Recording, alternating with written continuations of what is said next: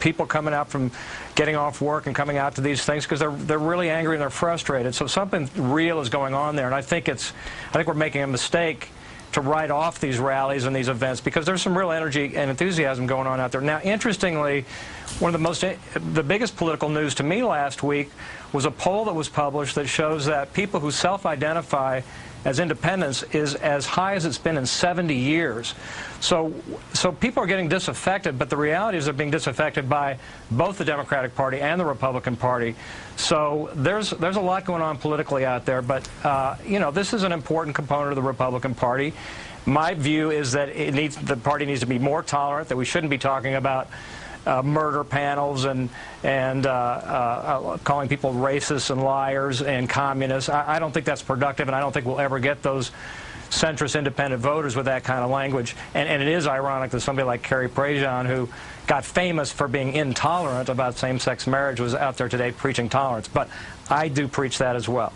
Mark, I believe that there's an interesting, I think, discussion to be had about the prevalence of astroturfing and how many regular folks are represented by these various events that we've seen over the course of the summer. But today, the Values Voter Summit, this is definitely an event by and for pros. I mean, this is the Family Research Council. This is Tony Perkins, 9 members of Congress speaking today, including a lot of very highly ranking Republicans. And if you're thinking about viability of Republican candidates moving forward, is there a risk for them showing up at events like this, that they're going to be associated with this talk about, the final solution and the Obama death agenda? Is there a risk for them at being associated with this? I think there's a risk, and talking about, the items that you just mentioned, those get reported in the press, and then people associate that with the party.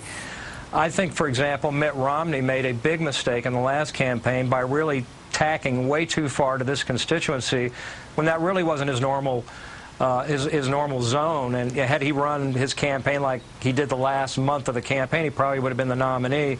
So I'm disturbed when I see people like Tim Pawlenty, kissing those rings and jumping out on Joe Wilson when he was initially attracting support from people like me. I liked him because he's got a history of being pretty centrist and a reformer.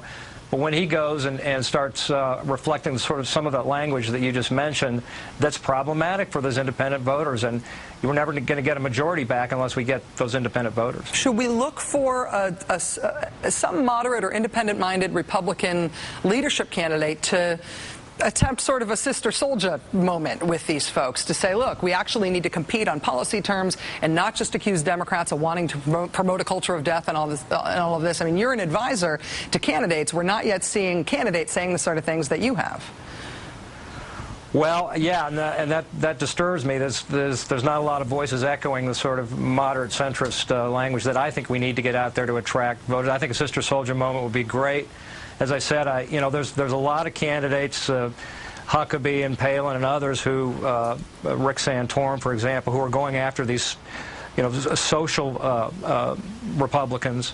But there hasn't been a really clearly identified candidate yet who's going after the more libertarian, more economic issues that attract people like me. So there's a lot of room out there, and we need a voice out there articulating that message. And by the way, we also need, at these kind of summits and others, we need these candidates to get out there and not just be candidates of no, but get out there and start articulating a plan. Newt Gingrich was successful in '94 because they had a very distinct and clear plan and agenda, and Republicans need to get one together. Mark McKinnon, former advisor to President George W. Bush and Senator John McCain, a smart man who takes a lot of heat every time you come on the show, I know, from your friends in the Republican Party. Thanks for taking the risk, and thanks for joining us, Mark. Hey, carry on regardless. Thanks. Will do.